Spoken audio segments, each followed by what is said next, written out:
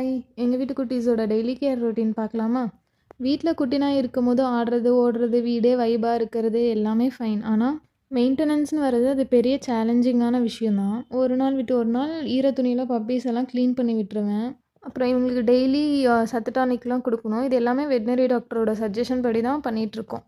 இதில் ஜில்லு தான் ஜாலியாக இருக்கிறதே. வளைகாப்பு முடிஞ்சுட்டு அம்மா வீட்டுக்கு போன பொண்ணு மாதிரி குழந்தைங்களெல்லாம் எங்ககிட்ட விட்டுட்டு அவள் பால் கொடுக்குற டைமுக்கு மட்டும் வந்துட்டு அட்டெண்டன்ஸ் கொடுத்துட்டு போயிடுறாங்க. மற்றபடி ஃபுல் அண்ட் ஃபுல் நான் பிரவீன் மட்டும்தான் பார்த்துக்குறோம்.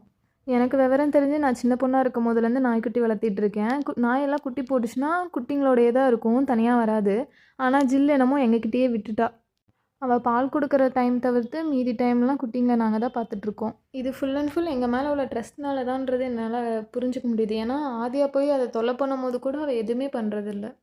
ஆதியா இந்த குட்டீஸ் இவங்க எல்லாத்தையும் சமாளிக்கிற இந்த ஃபேஸ் எனக்கு கொஞ்சம் டஃப்பாக இருந்தாலும் ஹாப்பியாக தான் மூவ் ஆன் ஆகிட்டுருக்கேன். ஏன்னா என் பொண்ணோட பிள்ளைங்களை நான் பார்க்காம யார் பாப்பா?